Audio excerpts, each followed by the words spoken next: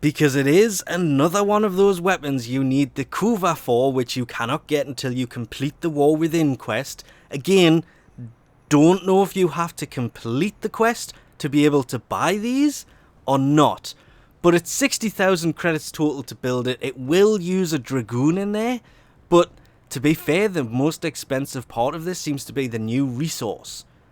So it might not actually be as expensive or as bad, just simply because building it seems much cheaper than actually buying it.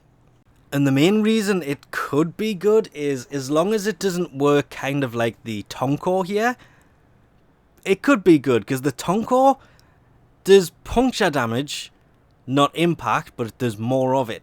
And it does just under twice as much damage as this thing does. So that's just straight up better than this thing. Even when you come to things like the Penta, come on, it's still, that's over twice the blast damage. The Ogress, much more damage. So for a world of explosive primaries, this thing, it kind of falls into a very small market, especially considering it comes with just a V. Wait, let me interrupt myself right there, because the status has in fact changed. The status is now 20% over the 15 it was before. Everything else, as far as I can tell, is the same. The crit multiplier is the same, but the crit chance is 15% over the 10% it was before. So it's had 5% extra status and 5% extra crit chance added to it. What I liked about this to begin with was the fact that the grenade launcher side of it didn't infringe on things like the Penta, which you have to detonate yourself, or the Tonkor, which, well, I kind of like the Tonkor a little bit better than this. The Tonkor, definitely better than this thing was for the grenade feature, but I still like the fact that it just kind of detonates on impact. It doesn't bounce around, which was lots of fun. So it doesn't infringe on that. The Ogress, even the Simulor, it goes nowhere near those. And I know the Simulor is not a grenade launcher, but still, it's one of those you have to detonate yourself. You can leave it and they'll detonate over time, but and I also know the Ogress detonates itself. I'm just examples.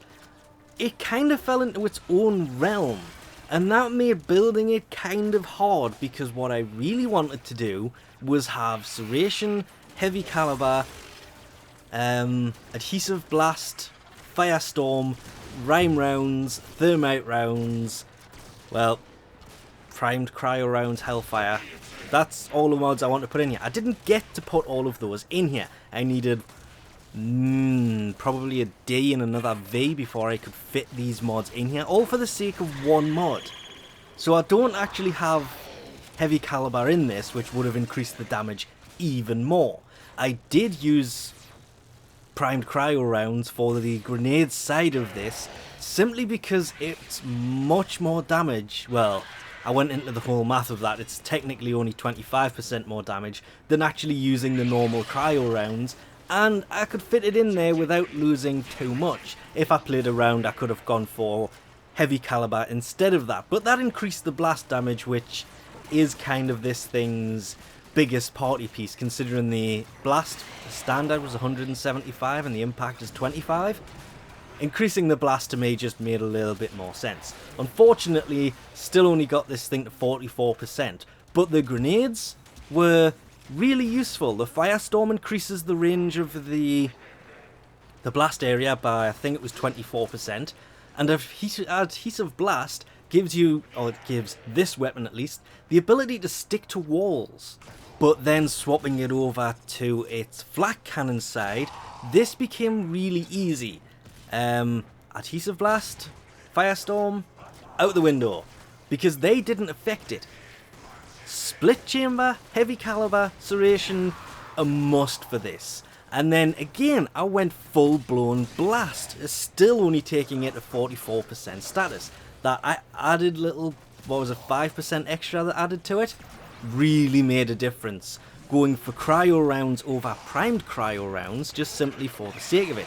because the way that it worked is kind of better than the weapon that you need to put into it. Was it the Dragoon? Because it doesn't have to charge. You can basically just kind of fire it, and well, that's at least what I was doing. If you're supposed to charge it, I never really did that. But I liked swapping between the two, and it's basically the swapping between the two that becomes problematic, because you can't really build it for a grenade launcher, then swap it into flak cannon mode and have a pretty decent shotgun, because flak cannon is basically a shotgun. But you can't build it for being the flak cannon and then swap it into a grenade launcher. It will still work that way, but you're not going to have things like the Firestorm mod. There's going to be at least one mod in here. If I had to really choose between the two, I would probably have gone for the build I used for flak cannon, and then throw that extra V on there and put the Firestorm mod in on this, because that would, well, actually it would still need another V. It would probably be a dash I would put on this, but then put Firestorm on it, and okay, it's not going to do any extra damage, but if you swap it from cannon mode to flak cannon mode, it's going to be kind of an all-rounder. Being a dual weapon is kind of a pain, and that's the only real downside to this weapon. I loved it in both modes, but choosing what build to put on it is the only thing that really put me off using this all the time, which was a damn shame, because, as I say, I really liked it in both modes. It was fun, not really for high level stuff, but I still liked it.